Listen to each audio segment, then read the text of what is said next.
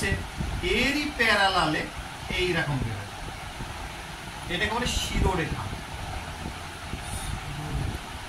শিরোরেখা বা brain line বলা হয়, ব্রেন লাইন।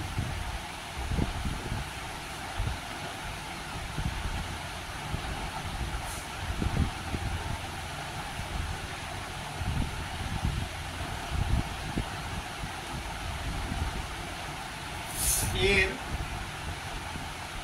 আর একটা ভালো নাম হচ্ছে মাতৃরেখা।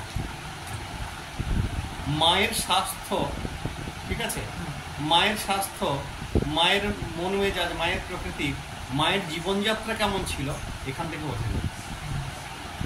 ঠিক আছে, মায়ের কোন লাইফে কোন স্ট্রাগল গেছিল কিনা, মা কোনো কোনো কষ্ট পেয়েছিল কিনা, মা কোন বাড়ি থেকে মেয়ে, কোন বাড়ির মেয়ে, সেই বাড়িটা কেমন ছিল, আর্থিক অবস্থা কেমন ছিল, এখান থেকে বোঝা যায়।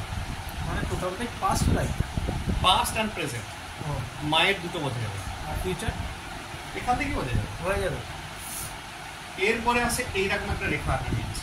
এরপরে থার্ড লেন্স, থার্ড যে মেন লাইন, এইখান থেকে বেরোয়, এটাকে বলে আয়ু রেখা।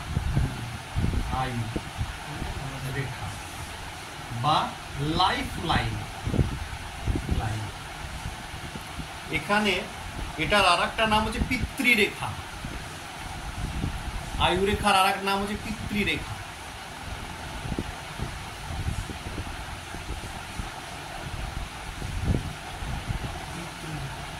ঠিক আছে, এখানে বাবার স্ট্রাগল, বাবার লাইফস্টাইল এবং বাবার কর্মজীবন এবং বাবার ব্যক্তিগত জীবন কিন্তু বোঝা যাবে এখান থেকে। Past, present, future. হ্যাঁ, বোঝা গেল?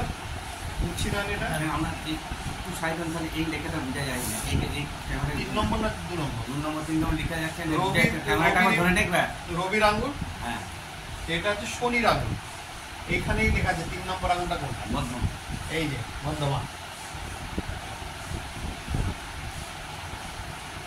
ঠিক আছে, বুঝছি।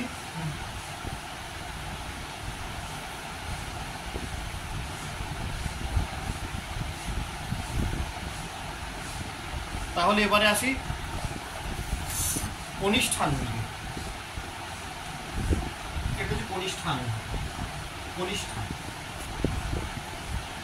কনিষ্ঠান এই আঙুল থেকে বোঝা যাবে